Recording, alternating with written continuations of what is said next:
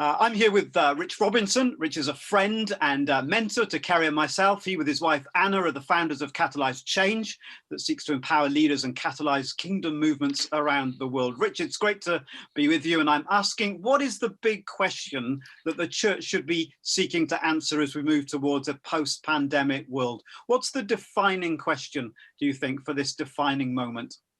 Yeah, that's a great question. And as we've said, there are so many questions being asked. I think if I had to distill them down, probably for me, from my perspective, the defining question is, how are we a Jesus people that live good news lives?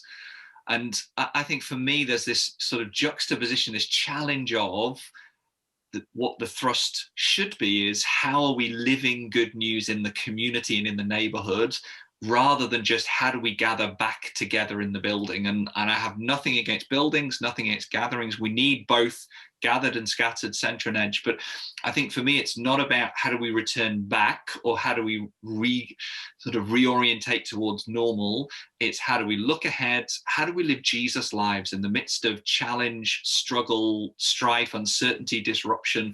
How is Jesus our firm foundation? Jesus our framework for decision making, for discipleship, for leadership? And how do we live good news, not just project-based or time-gated and framed initiatives, but actually incarnate the good news of Jesus, speak it, live it, share it, be it in and amongst the community. And just that sense for me of, Christ-like leaders, Jesus movements, good news lived in the community. And for me, that's the question. And then the sort of response is, well, how do you do that in social distancing or with restrictions, or what does that mean for Sundays, or so many sort of sub questions to go with that main one. I think for me, there has to be that sense of personal discipleship. So you are the answer to that question as a disciple.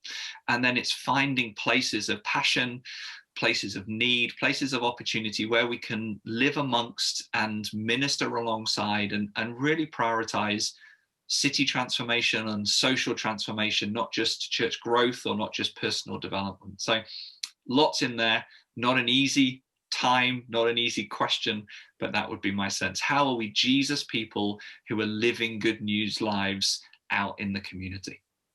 And there's something in there, isn't there? So much about who we are rather than just what we do. A couple of tactics, a couple of tips as we seek to answer that question. I think one would be look for need and opportunity.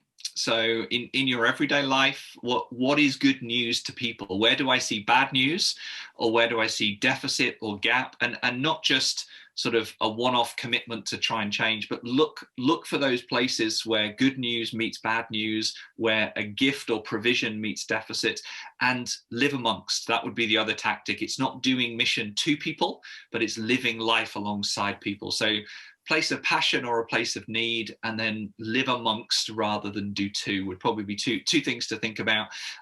And the final caveat would be never do it alone. That discipleship is a team sport. We're supposed to go in pairs, in communities. So who are you going with, and how are you staying amongst?